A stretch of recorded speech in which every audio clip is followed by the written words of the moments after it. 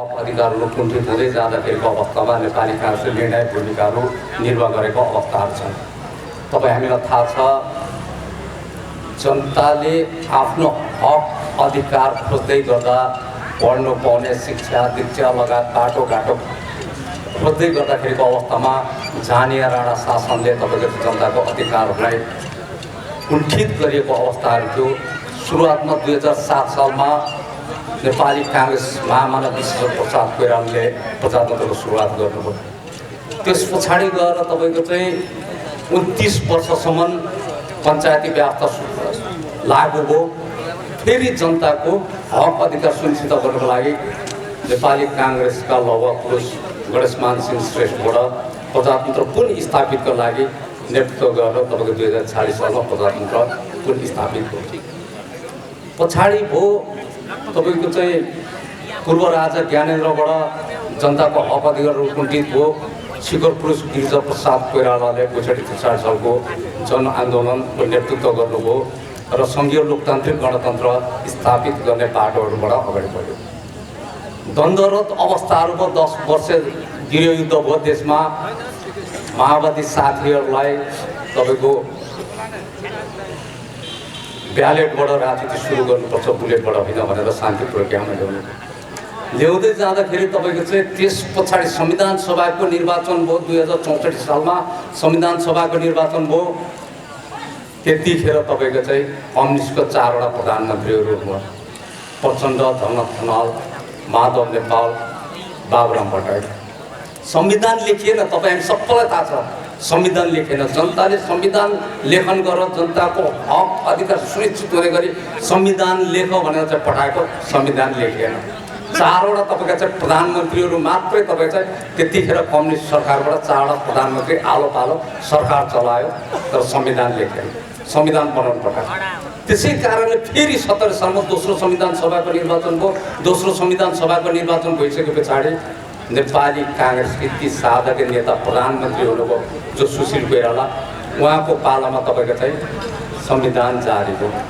संविधान पनि बनाउन नसक्ने, सत्ता र शक्तिको मात्र लोभ गर्ने, जनताको विभिन्न समस्याहरू, जनताको हक अधिकार सुनिश्चित गर्नु नसक्ने, अनि त्यहाँदेखि तपाईँको चाहिँ यो संविधान एउटा नेपाली काङ्ग्रेसले दिएको संविधानलाई पनि तपाईँको संविधानलाई कुल्चेर अहिले जनताको हक अधिकारहरू कुण्ठित हुने कार्यहरू सुरुवात भएको छ। त्यसै कारणले नेपाली काङ्ग्रेसले जब देशमा समस्या पर्छ, सङ्कट स्थापनाहरू गरिन्छ, जनताको हक अधिकारहरू कुण्ठित हुन्छ, त्यसैखेर नेपाली काङ्ग्रेस जुटाउनुपर्छ भन्ने हिसाबले नेपाली काङ्ग्रेसले यो कार्यक्रमहरू तपाईँको चाहिँ अगाडि बढायो।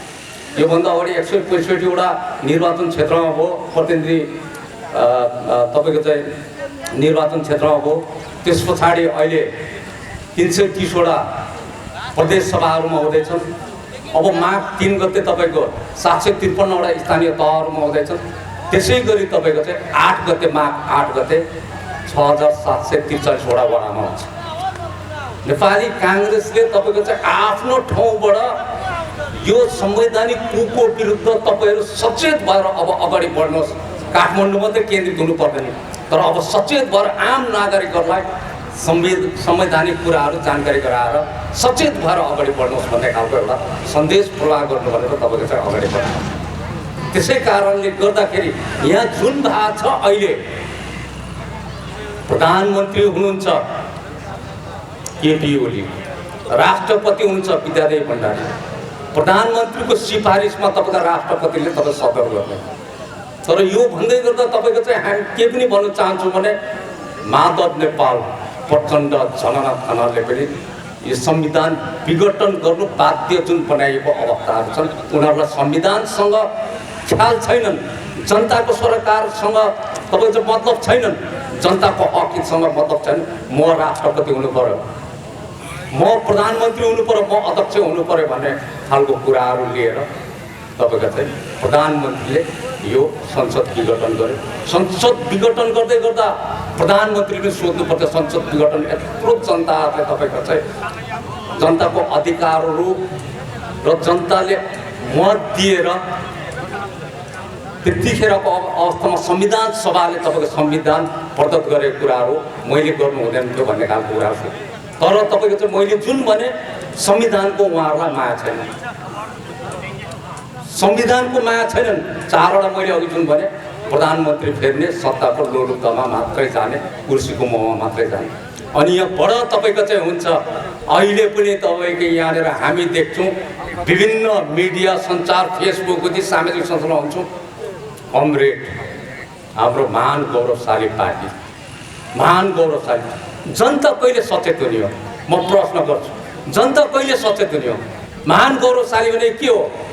महान गौरवशाली भनेको त्यो यति होल्डिङ काण्ड गराउने महान गौरवशाली, त्यही तपाईँको वाइट बडी काण्ड गर्ने महान गौरवशाली, त्यो निर्मल पन्त हत्याकाण्डको दोषीहरू पक्राउ गर्नु नसक्ने महान गौरवशाली पार्टी, त्यो बालुवाटा तपाईँको चाहिँ काण्ड गर्ने महान गौरवशाली पार्टी, त्यो ललिता निवास तपाईँको चाहिँ प्रकरण छ त्यही हो तपाईँको चाहिँ गौरवशाली पार्टी, त्यही हो तपाईँको चाहिँ गोकर्ण रिसोर्टहरू तपाईँको चाहिँ त्यहाँ जुन चाहिँ अनियमित गरेको छ त्यो महान गौरवशाली पार्टी, त्यही हो तपाईँको चाहिँ सभामुख जस्तोले तपाईँको चाहिँ जुन घृणित कार्यहरू गरेका छन् मोहराले, त्यही हो गौरवशाली पार्टी, त्यही हो गोकुल बास्कोटाले तपाईँको चाहिँ कम्युनिस्टको नेता हो सर्वहारा श्रमजीवीको नेतृत्व गर्ने भने 70 करोड तपाईँको चाहिँ टेप रेकर्ड छ माग्ने महान गौरवशाली पार्टी, त्यही हो नारायण काजी श्रेष्ठ तपाईँको चाहिँ जनताको मजदुरको सर्वहाराको हक हित गर्ने भने 8 करोड तपाईँको चाहिँ डिलिङ गर्ने, यही हो तपाईँको चाहिँ महान गौरवशाली पार्टी। महान गौरवशाली पार्टी भन्नु छोडिनुहोस्। जसले तपाईँको चाहिँ हामी नेपाली काङ्ग्रेस र कम्युनिस्टहरूले भन्छ दलाल पुँजीवादी विस्तारवादी विभिन्न तपाईँको चाहिँ यो खालको साम्राज्यवादीको पृष्ठपोषक भनेर भनेका छन्, पुँजीवादीहरू भनेर भनेका छन् नेपाली काङ्ग्रेसलाई। हामी भन्न चाहन्छौँ नेपाली काङ्ग्रेसले महान गौरवशाली पार्टी हाम्रो कहिले भनेको छ?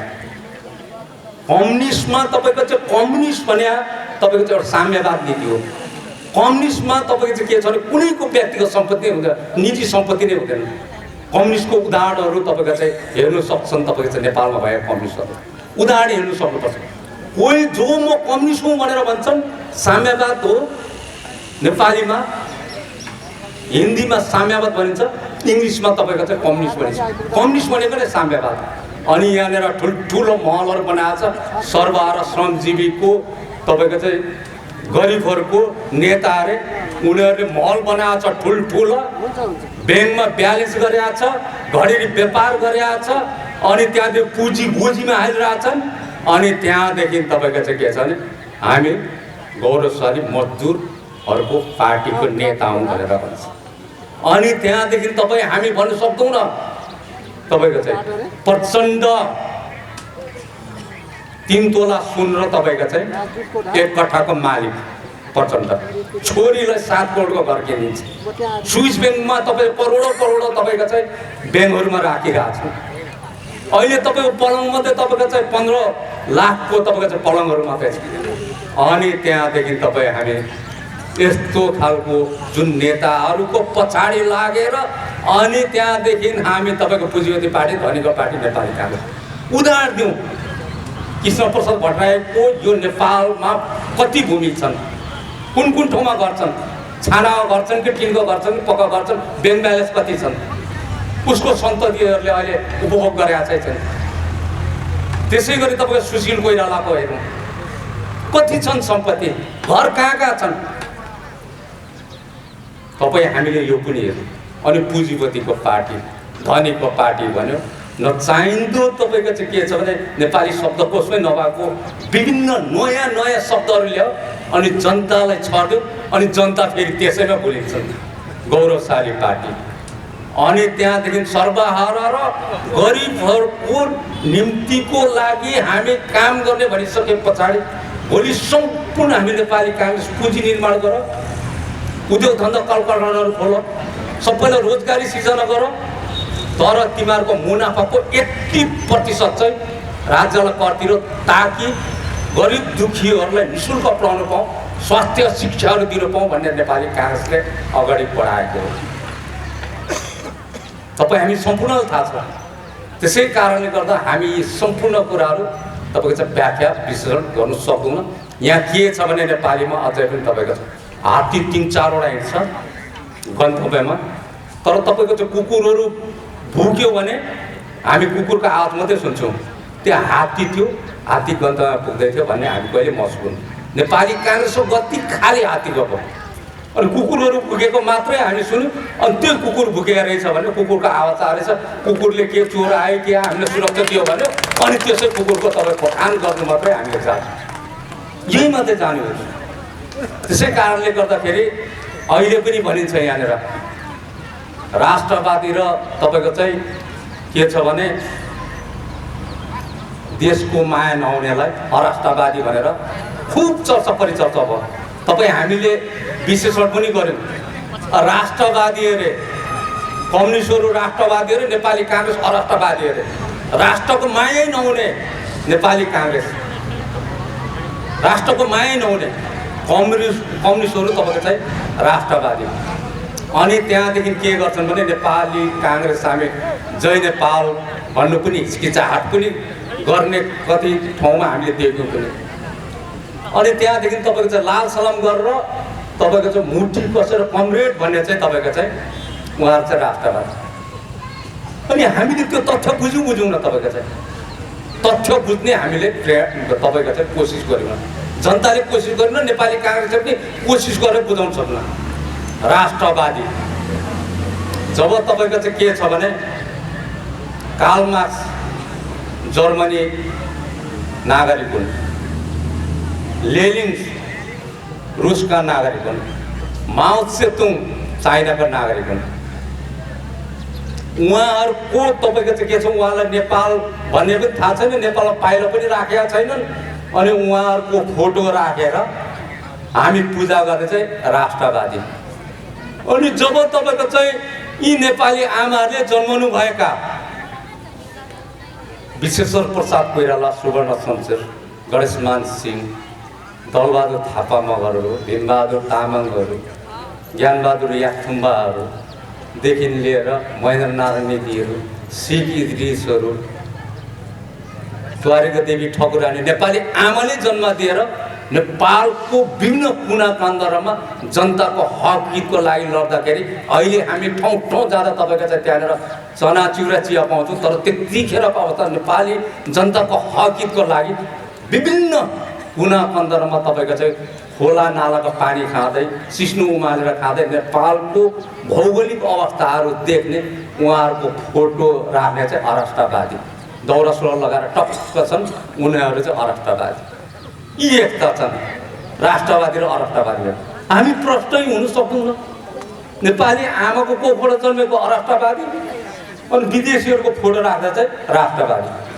अनि यहाँ बडा हुन्छ तपाईँको चाहिँ कमरेड भनेर मुठी कसिन्छ। मुठीको तपाईँहरूलाई आफै थाहा छ। यो हामी नेपाली काङ्ग्रेस खुल्ला पन्जाबाट समाजवादको नीति लिन्छु, जय नेपाल भन्छु अहिले। समाजवाद यो मुठी कसेर जति पनि दृढ सङ्कल्प छ, जति पनि कम्युनिस्टले जनतालाई ढाँट्छौँ, बिगार्छौँ, जति छलकपट गर्छौँ, त्यो कुराहरू चाहिँ मुठीभित्र राख्नुपर्छ, बाहिर ल्याउनु। जनतालाई थाहा पायो भने कम्युनिस्टै हुँदैन भने। अनि हामी तपाईँको चाहिँ यो औँला जति छन्, ठुलो सानो लामो हुन्छ, सबै समान है भनेर हामी तपाईँको चाहिँ जय नेपाल भन्छौँ। अनि जय नेपाल भनेको चाहिँ तपाईँको चाहिँ अराष्ट्रवादी, अनि कमरेड लाल सलाम भनेको चाहिँ तपाईँको राष्ट्रवादी। अनि कमरेड चाहिँ कुन चाहिँ नेपाली शब्दकोशमा सिर्जित छ? कमरेड भाषा कहाँदेखि आएको? जन्मनु कार्ल मार्क्सले बोलेको होइन कमरेड भने। नेपालीमा त्यसको परिभाषा पछि साथी भनेर भनिएको छ। जर्मनी शब्द तपाईँको सापट लिएर प्रयोग गर्ने चाहिँ राष्ट्रवादी। अनि हामी जय नेपाल, त्यसको जय होस्, जनताको जय होस् भन्ने चाहिँ हामी अराष्ट्रवादी। त्यसो भने तपाईँको चाहिँ के हुन्छ भने 100 फुगा फुलका हामी एउटै माला नेपाली, अन्तिम हरमा तपाईँ जय जय नेपाल सबै तपाईँको चाहिँ अराष्ट्रवादी हो, सबै अराष्ट्रवादी हो। जब तपाईँको चाहिँ यहाँ सेना आर्मी जति पनि सुरक्षाकर्मीज्यूहरू हुन्छ, उहाँहरू राष्ट्रिय सेवक हो। जनताको हक अधिकार सुनिश्चित गर्दै तपाईँको चाहिँ अपराध नियन्त्रण गर्ने उहाँहरूको काम र राष्ट्रलाई सुरक्षित राख्ने उहाँहरूको काम। त्यसै कारणले राष्ट्रिय सेवकहरूले जहिले पनि जय नेपाल भन्छ, जय नेपाल भन्छ। त्यसै कारणले गर्दाखेरि हामीले जय नेपालको परिभाषा दिनु सक्छौँ।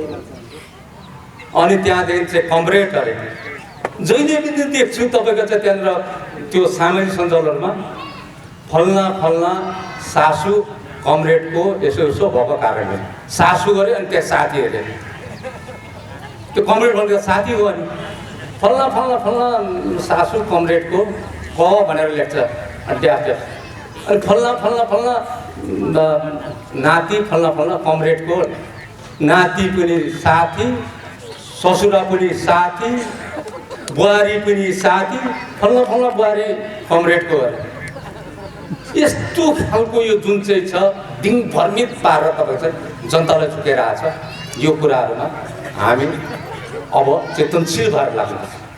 त्यसै कारणले गर्दाखेरि म तपाईँहरूलाई भन्न चाहेँ यो जति पनि भएको छ अहिले हामी हेर्छौँ नाटक, हामीले नाटक हेरिरहेको छौँ। म सम्पूर्ण मैले कमरेडै भने कमरेडहरू कोही हुनुहुन्छ भने मैले कमरेड भने अब त तपाईँको चाहिँ के छ भने सेतोलाई सेतो भन्ने बानी बोलाउनु बनाउँ, कालोलाई कालै देखिन्छ कालो नै बनाउँ। महान गौरवशाली पार्टीका सम्पूर्णलाई भन्न चाहे अब भनौँ तपाईँको चाहिँ